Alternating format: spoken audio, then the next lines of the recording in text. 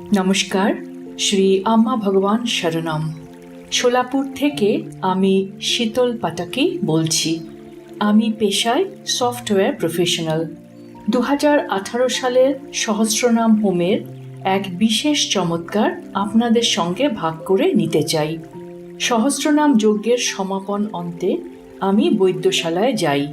সেখানে আমার প্রিয় শ্রী ভগবানের কাছে আমি প্রার্থনা করি, হে প্রভু, আমি তোমার ভালোবাসা অনুভব করতে চাই।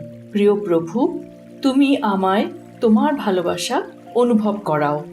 এরপর আমি মূলমন্ত্র জপ করতে শুরু করি এবং কিছুক্ষণ পর অচেত অবস্থায় শবাসনে শুয়ে পড়ি।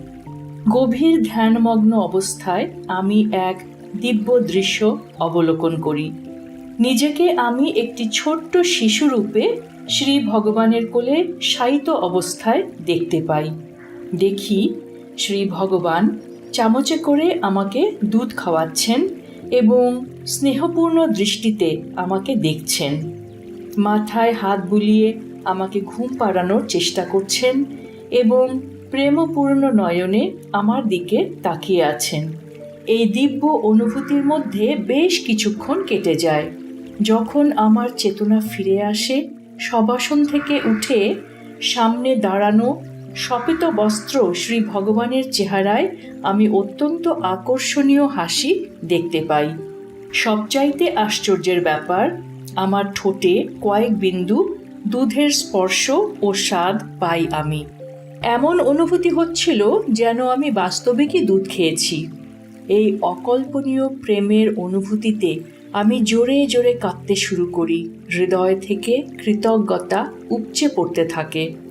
সহস্রনাম যজ্ঞের আগে অতিরিক্ত কাজের চাপে আমার অসহ্য মাথা যন্ত্রণা হচ্ছিল। যজ্ঞ চলাকালীন আমি এই যন্ত্রণা থেকে মুক্তির জন্য প্রার্থনা করেছিলাম। এখন আমি আশ্চর্য হয়ে অনুভব করলাম আমার সেই অসহ্য মাথা যন্ত্রণা সম্পূর্ণ গায়েব হয়ে গেছে।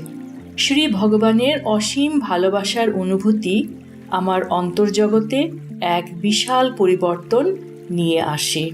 আমার হৃদয় প্রেম ও আনন্দ দিয়ে ভরে ওঠে। ধন্যবাদ শ্রী আম্মা ভগবান, তোমার কারণরহিত প্রেমের অনুভূতির আশীর্বাদ প্রাপ্ত আমি ধন্য। জয় বলো শ্রী আম্মা ভগবানের জয়।